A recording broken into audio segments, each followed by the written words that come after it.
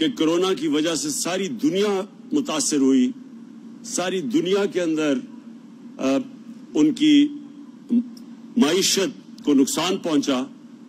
اگر پاکستان آج بچا ہوا ہے تو اس کی سب سے بڑی وجہ ہماری کنسٹرکشن کی انڈسٹری ہے, جو کہ آج سب سے تیزی سے آگے بڑھ رہی ہے. آج سیمنٹ کی قیمتیں اوپر چلی گئی ہیں اس لیے کیونکہ سیمنٹ کی کمی ہو گئی ہے. آج جو سریا ہے جو گھروں میں لگتا ہے اس کی اگر قیمت اوپر چلی گئی ہے تو کنسٹرکشن انڈسٹری چل پڑی ہے.